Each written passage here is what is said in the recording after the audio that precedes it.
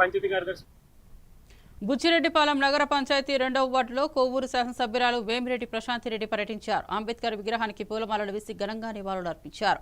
ప్రజల సమస్యలను తెలుసుకుని అవసరమైన మౌలిక వసతులు త్వరగా అందజేస్తామని హామీ ఇచ్చారు.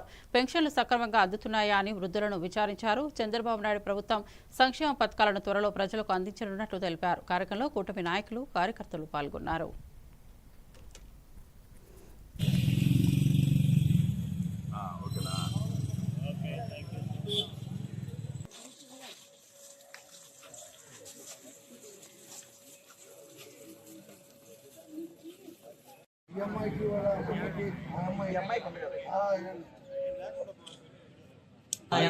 రెండు తీసుకొని అది కాదు సూర్యుడు ఫోటో వస్తుంది.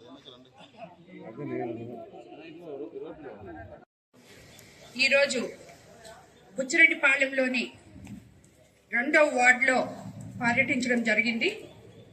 ఇలాగా ప్రతి వార్డు కూడా 20 వార్డులుంటే 20 వార్డులు పర్యటించాలని చెప్పి అనుకున్నాము.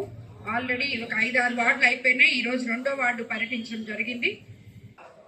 ఈరోజు ఇక్కడ ఏమేం సమస్యలు ఉన్నాయో కనుక్కొని త్వరగా పరిష్కరించాలి అని చెప్పి ఉద్దేశంతో ఇక్కడికి రావడం జరిగింది.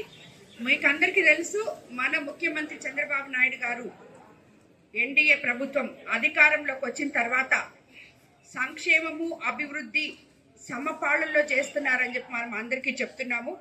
సో ఈ వార్డులో ఈరోజు అభివృద్ధి అనేది కనిపించింది. చాలా రోడ్లు వేశాము, చాలా కాలువలు కూడా తీసాము.